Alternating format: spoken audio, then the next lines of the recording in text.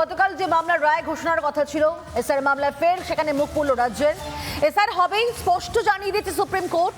আর এবার supreme court স্পষ্টভাবে বুঝিয়ে দিল যে এসআইআর এর ক্ষেত্রে কোনো বাধা বরদাস্ত করা হবে না।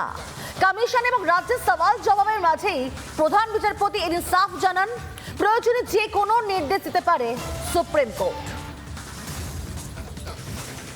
রাখে কৃষ্ণ মারে কে, এটা মা দুর্গার দেশ। আমরা বুঝে নেবো, আমরা লড়ে নেবো, আমরা দেখিয়ে দেবো, তারপরে বলবো দেখ কেমন লাগে। বিএলও টুলার থাকতে দেবে না, সেটা লিখিত দিচ্ছে না। পুরো 3টে বিধানসভার হিয়ারিং বন্ধ করে দিয়েছি।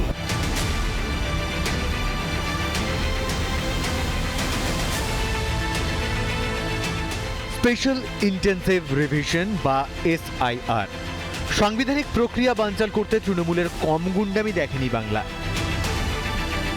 তবে এবার সুপ্রিম কোর্ট স্পষ্ট বুঝিয়ে দিল এসআইআর এ কোনো বাধা বরদাস্ত করা হবে না।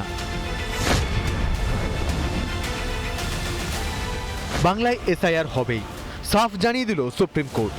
আদালতে মুখ্যমন্ত্রীর আইনজীবী বলেন, আমাদের কাছে নামের তালিকা রয়েছে, সব গ্রুপ বি অফিসার দেওয়া হয়েছে। তখন বিচারপতি প্রশ্ন করেন, সেই তালিকা কমিশনের কাছে দিয়েছিলেন কি?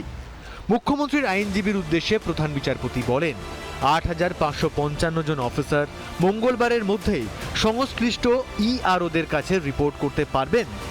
প্রধান বিচারপতি বলেন, যে কোনো নির্দেশ প্রয়োজন হলে আমরা জারি করব, কিন্তু কোনো পরিস্থিতিতেই আমরা এসআইআর প্রক্রিয়ায় কোনো প্রতিবন্ধকতা বরদাস্ত করব না।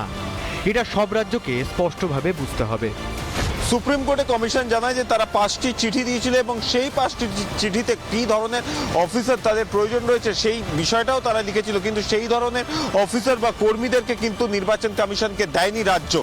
আদালতের এই নির্দেশের পর স্পষ্ট, এসআইআর রুখতে কিছুই করতে পারলেন না মাননীয়া। যে মূল উদ্দেশ্য নিয়ে মমতা বন্দ্যোপাধ্যায়ের অভিযান, নাটক, ড্রামা, এক শ্রেণীর সংবাদ মাধ্যমে বলা ইতিহাস তৈরি করলেন, সে কি ইতিহাস লোক দেখলো। উনি চেষ্টা করেছেন এসআইআর বন্ধ করতে। মানে সব দিক থেকেই ধাক্কা খেল রাজ্য। যে মাইক্রো অবজারভারদের বিরুদ্ধে ফুঁসছিল তৃণমূল, সেই মাইক্রো অবজারভারদেরও রেখে দিল শীর্ষ আদালত। এসআইআর প্রক্রিয়ায় তাদেরও কাজ চালিয়ে যেতে অনুমতি দিল সুপ্রিম কোর্ট। রিপাবলিক বাংলা।